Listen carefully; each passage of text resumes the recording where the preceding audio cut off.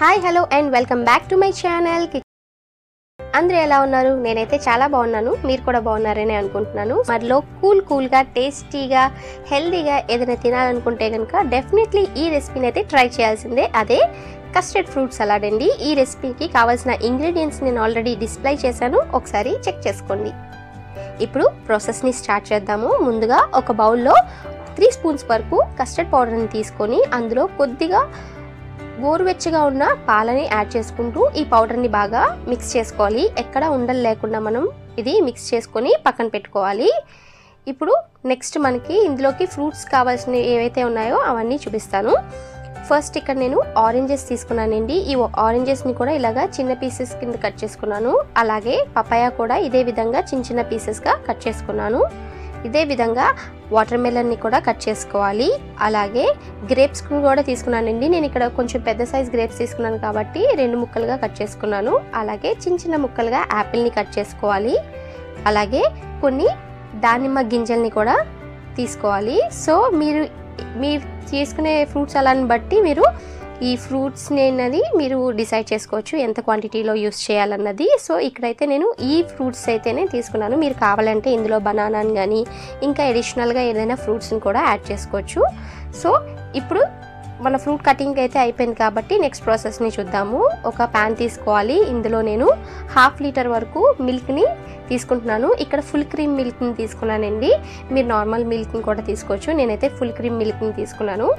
ఈ మిల్క్ అన్నది మనకి బాయిల్ అవ్వాలి. ఒక పొంగు వచ్చినంత వరకు మనం దీన్ని బాయిల్ చేసుకోవాలి.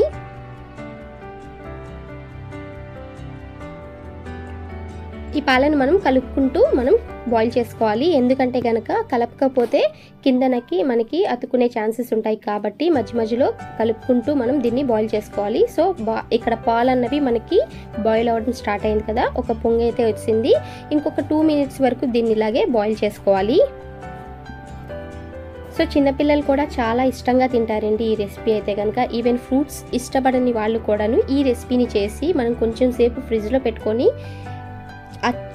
కూల్గా మనం ఇస్తే కనుక చాలా హ్యాపీగా తింటారు. సో ఇక్కడ పాలైతే బాయిల్ అయిపోయాయి కదా. ఇప్పుడు ఇందులో ఆల్రెడీ నేను మిక్స్ చేసుకొని పెట్టుకున్న కస్టర్డ్ పౌడర్ ఏదైతే ఉందో దాన్ని కూడా ఇందులో యాడ్ చేసేసుకొని బాగా మిక్స్ చేసుకోవాలి. ఎక్కడ ఉండలు లేకుండా మనం దీన్ని మిక్స్ చేసుకోవాలండి. ఈ ప్రాసెస్ మొత్తం కూడా లో ఫ్లేమ్లోనే చేయాలి.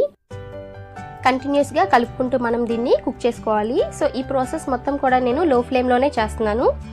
సో ఎక్కడ ఉండలు లేకుండా మనం దీన్ని కుక్ చేసుకోవాలండి.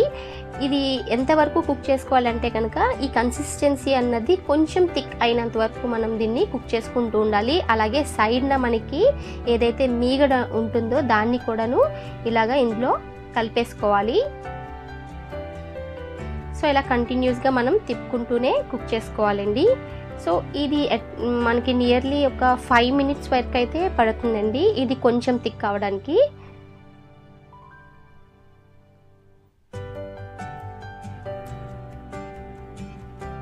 సో ఇలాగా మనకి కొంచెం థిక్ అయిన తర్వాత ఇందులో నేను 1/4 కప్ వరకు షుగర్ని యాడ్ చేశానండి. సో మీ ఇష్టం, అంటే మీ స్వీట్ని బట్టి మీరు కొంచెం షుగర్ని యాడ్ చేసుకోవచ్చు. ఈ షుగర్ మొత్తం కంప్లీట్గా మెల్ట్ అయినంత వరకు మనం దీన్ని కుక్ చేసుకోవాలండి. లో ఫ్లేమ్లో మాత్రమే కుక్ చేయాలి. అలాగే కంటిన్యూస్గా మనం కలుపుకుంటూ ఉండాలి. సో నేను ఇప్పుడు మీకు కన్సిస్టెన్సీ అన్నది చూపిస్తాను. చూడండి కన్సిస్టెన్సీ ఇది ఇప్పుడు ఇలాగా కొంచెం థిక్ అయింది కదండి, ఇంకొద్దిగా థిక్ అవ్వాలి. సో కొంచెం థిక్ అయితే చాలండి, ఎందుకంటే చల్లారిన తర్వాత అది ఇంకా కొంచెం ఎక్కువగా థిక్ అయిపోతుంది. సో మనకి ఈ కన్సిస్టెన్సీ ఉంటే సరిపోతుంది. ఇప్పుడు దీన్ని కంప్లీట్గా చల్లారనివ్వాలి. సో ఒక బౌల్లోకి ట్రాన్స్ఫర్ చేసేసుకొని దీన్ని చల్లారనిచ్చుకున్నాను. చూడండి ఇప్పుడైతే ఇంత థిక్నెస్ ఉంది కదా. సో ఇప్పుడు మనం ఏవైతే ఫ్రూట్స్ ఇందాకలా కట్ చేసి పెట్టుకున్నామో అవన్నీ కూడా ఇందులో యాడ్ చేసేసుకోవాలి. పపాయ, వాటర్ మెలన్, యాపిల్, అలాగే పొమోగ్రానేట్, ఆరెంజ్, ఏవైతే ఫ్రూట్స్ మీరు ఇందులో యాడ్ చేయాలనుకుంటున్నారో అన్నీ కూడాను ఇప్పుడు ఇందులో యాడ్ చేసేసుకోవాలి. యాడ్ చేసేసుకొని బాగా మిక్స్ చేసుకోవాలన్నమాట. సో చూస్తున్నారు చూడండి ఎంత థిక్గా ఉందో. సో ఇలా థిక్గా ఉంటుందండి. ఇది ఇంత థిక్గా ఉంది ఏంటి అని అనుకోకండి, కొద్దిగా మనం ఒక 1 అవర్ వరకు మనం ఫ్రిడ్జ్లో పెట్టుకుంటే కనుక కొంచెం లూజ్ అవుతుంది అన్నమాట. సో దీన్ని ఒక 1 అవర్ వరకు మీరు నియర్లీ 1 అవర్ నుంచి ఒక 2 అవర్స్ వరకు మనం దీన్ని ఫ్రిడ్జ్లో పెట్టుకుంటే కనుక చాలా అంటే చాలా టేస్టీగా ఉంటుంది. సో ఎప్పుడైనా మీరు ఇంట్లో ఏదైనా చిన్న చిన్న పార్టీస్ కానీ చేసుకున్నా, లేదంటే ఎవరైనా గెస్ట్ వస్తున్నారు అనుకుంటే కనుక ఈ రెసిపీని చేసి చూడండి. అందరికీ చాలా నచ్చుతుంది, చాలా టేస్టీగా కూడా ఉంటుంది. సో తప్పకుండా ట్రై చేయండి. ట్రై చేసి ఎలా వచ్చిందన్నది నాకు కమెంట్ సెక్షన్లో కమెంట్ చేయండి.